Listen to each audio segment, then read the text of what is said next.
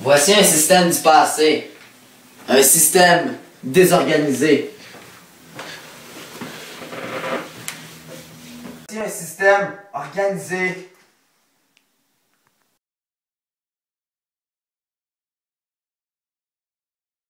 L'écart entre les riches, nous allons imposer davantage de personnes ayant un revenu supérieur à 80 000 $ par année. Nous rendrons gratuit l'accès à la santé et nous donnerons davantage de bourses aux étudiants. Nous construirons 10 barrages hydroélectriques sur la rivière Missouri. Avec son débit moyen de 2300 m3 par seconde et sa longueur de 4090 km de long, cette rivière est parfaite pour ce qu'on veut faire avec. La construction de ces 10 barrages hydroélectriques créera des emplois et abaissera les coûts de l'hydroélectricité pour vous, les citoyens. Nous augmenterons le salaire minimum de 7,25 $ à l'heure à 8,75 $. Une assurance maladie, donc il y aura une gratuité des frais médicaux. Nous réduirons les frais de scolarité universitaire pour quelques raisons. 1.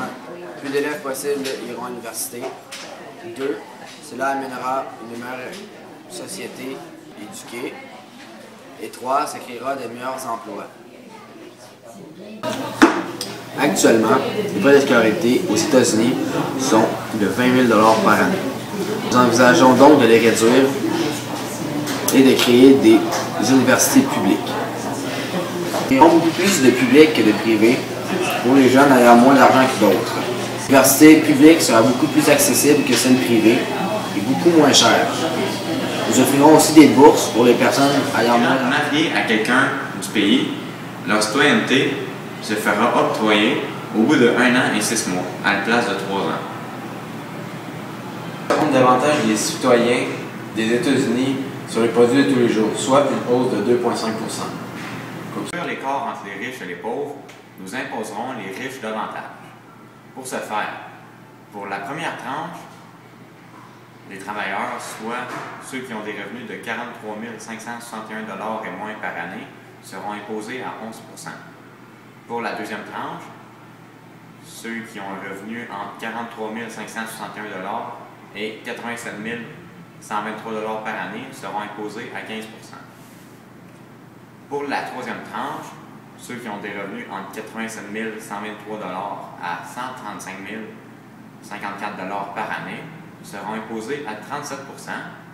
Et finalement, pour la quatrième tranche, ceux qui gagnent plus que 135 000 $ par année seront imposés à 49 %.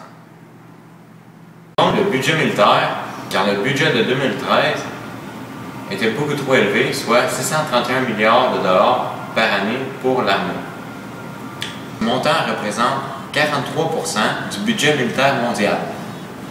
Nous aurons le budget de 40 %, soit de 252,4 milliards de dollars annuellement, pour arriver à un budget annuel de 378,6 milliards de dollars.